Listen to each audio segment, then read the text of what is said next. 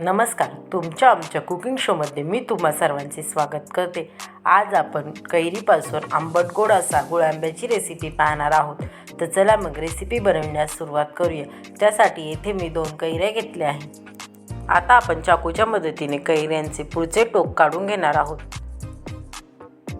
आता आपण कैरीची साल काढून घेऊ।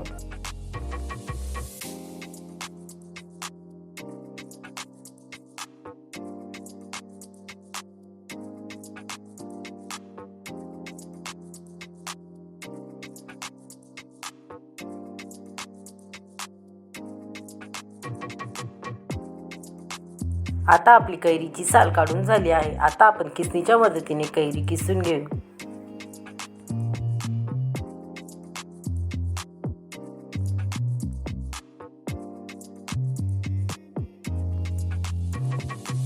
आता आपल्या दोन्ही कैऱ्या किसून झाल्या आहेत। आता आपण यांचा गुळ आंबा बनवण्यास घेऊ। गुळ आंबा बनवण्यासाठी येथे मी पॅन गरम होण्यासाठी ठेवला आहे। पॅन गरम झाल्यानंतर त्यामध्ये आपण किसून घेतलेली कैरी टाकून घेऊ।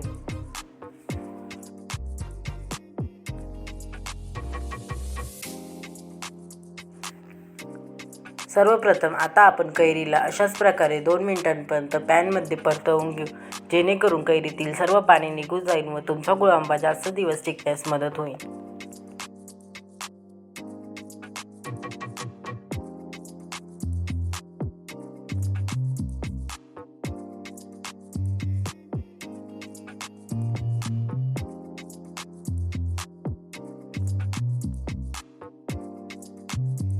दोन मिनिटांनंतर आता आपल्या कैरीतील सर्व पाणी निघून गेले आहे। आता आपण कैरीमध्ये अर्धी वाटी गूळ टाकून घेऊ।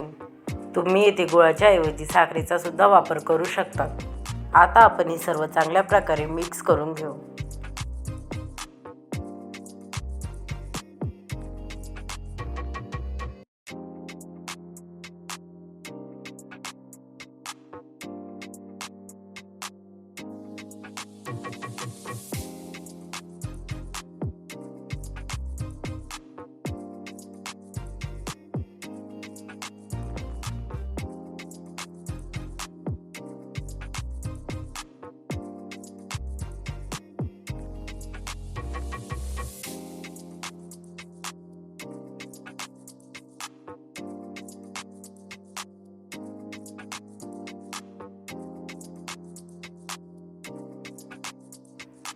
आता आपण 5 मिनिटांकरता या कढईवर झाकण ठेवू।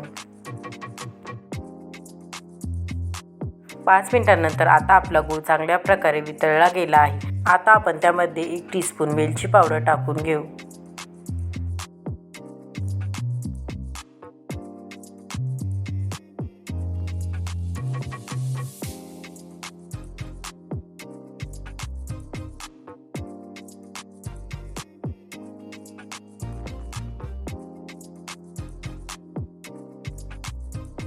हे सर्व चांगल्या प्रकारे मिक्स झाल्यानंतर आता पुन्हा एकदा आपण या कढईवर झाकण ठेवून 5 मिनिटांपर्यंत हा गुळ आंबा चांगल्या प्रकारे शिजवून घेऊ।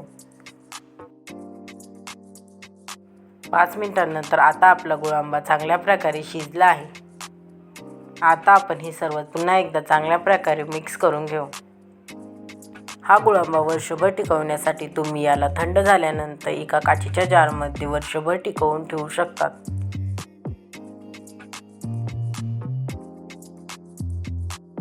आता आपला आंबट गोड चवीचा गुळ आंबा बनून तयार आहे। गुळ आंब्याची रेसिपी तुम्हाला आवडली असेल तर मला कमेंट करून नक्की सांगा। रेसिपी आवडली असेल तर रेसिपीला लाईक शेअर करा व चॅनलला सबस्क्राईब करा।